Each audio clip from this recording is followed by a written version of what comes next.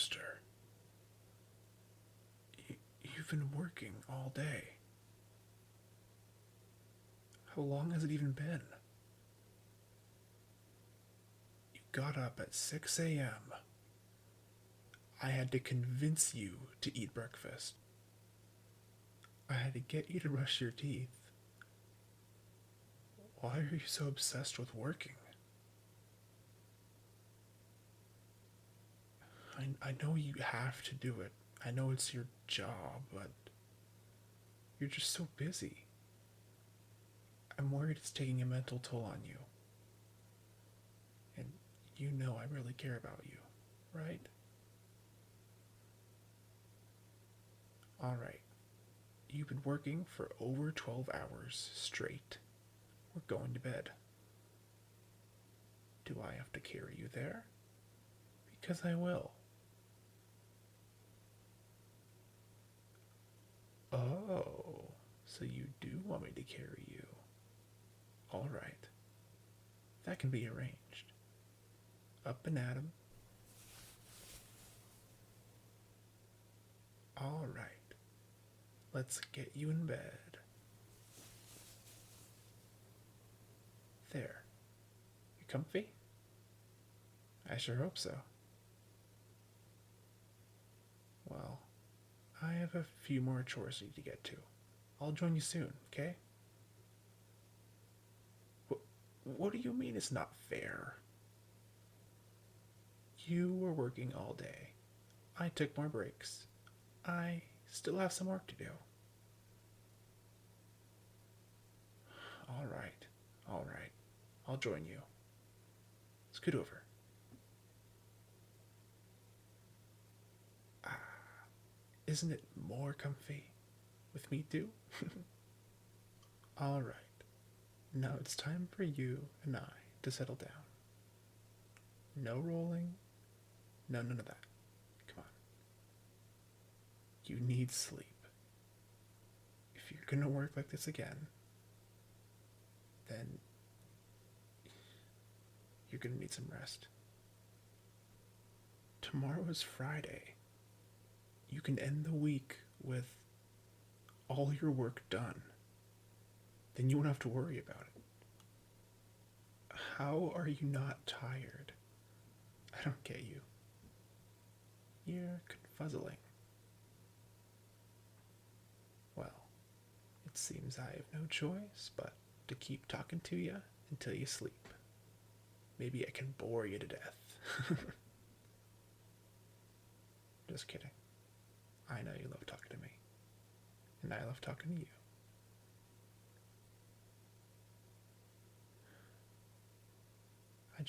I always think about that time. Back in the alley. I was just a pup and I was living in that shoebox. And you brought me food for 2 weeks and 6 days.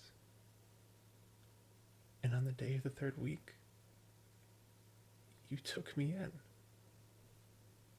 I was so happy, Master. It was just your kindness at its most purest form. And I love to see that side of you. And although that does cause you to work a lot, because I know your peers depend on you so much, but I depend on you too. And you also need to depend on you. You have a body that you need to take care of. Overworking yourself is only going to hurt it. So this weekend, we need to take a really good break. Tomorrow, you're going to work hard, finish all of your work, so we can relax on the weekend. I promise we can do something extremely fun. Because I know what you like. Hey, how about, since you taught me how to cook and clean all those years ago, I can make you your favorite breakfast. Alright, what is your favorite breakfast? I can remember, I promise. Tomorrow, I'll make it for you so you can work really hard, okay? That sounds delicious. Alright. That has a lot of protein, too. Yeah. Definitely some brain food. I wish you the best of luck. Then, at lunch, I can make you your favorite lunch food. And we can take a little break. That way you can remain way more focused than you were in the morning for the rest of the day. You'll finish your work in no time.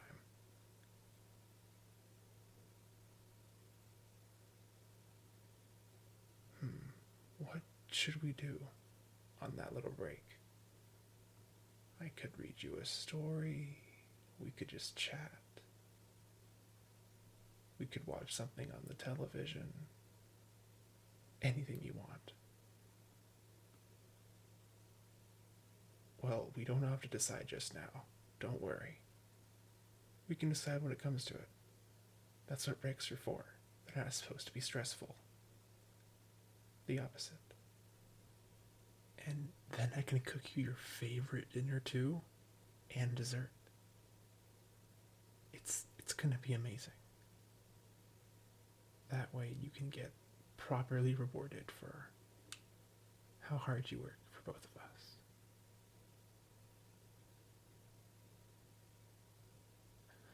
You still seem to be restless. Maybe I just ended up making you more excited for tomorrow or something. Well, what else can I do? I know. Gigantic Cuddles in order. Come on. And gotcha. You're in my arms. I'm not letting you go. We're staying all cuddly for the rest of the night.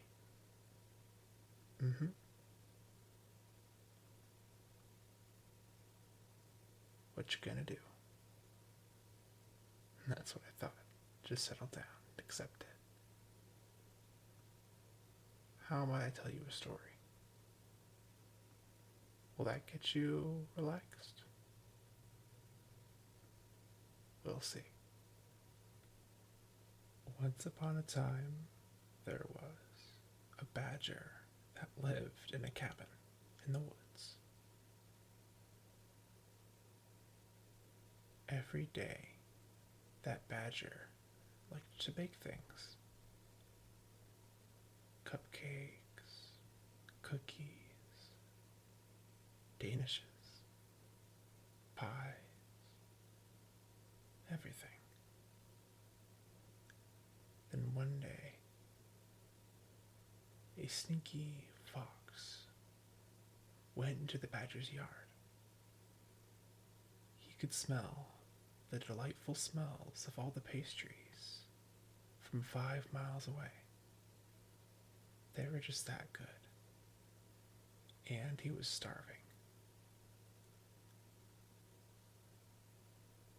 He came by the cabin every day, hoping for a pastry. But the badger didn't give him any. He kept coming back over and over.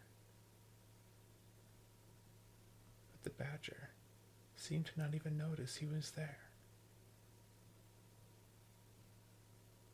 Until one day, the fox finally gathered his courage, and he knocked on the door. The badger opened up happily, answering. The badger recognized the fox, but he pretended not to. But he was happy to see him regardless. The badger had been secretly hoping the fox would knock on his door. They were both too shy to say hi to each other. But this time, they are going to become friends. So, the fox went inside, invited of course, and they sat down for some pastries and tea. And that became their normal routine. The badger would invite them in, and the fox would just enjoy his afternoon. But every day, he became worried, like he wasn't giving enough back. That this badger was so nice to him, offering goodies and tea every single day. But he just felt guilty. So he tried to think, over and over, something he could do to repay the badger. But he couldn't think of anything. Until eventually, he just stopped going. The guilt became too unbearable.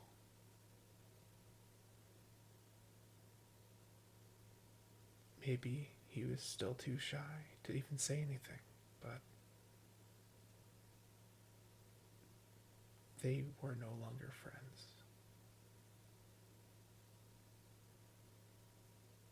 You see, Master, you're like the badger, but I don't want to end up like the fox. That's why I work really hard. I want to show my appreciation for you. Because it's the best thing I can do. Just like the badger in the story. He probably didn't even know the fox still wanted to go, or that he was guilty. He probably thought he scared away his friend. But I want to make sure that doesn't happen. Because I love you, Master. You're the best person in the entire world. And that's why I'm helping you relax, so you can get all your work done tomorrow. Oh, you seem to be hugging me tighter. I'm guessing you like the story. Good. Now, you seem to be getting quite relaxed. Do you think it's ready for lights out? Or... Good. Good night, Master.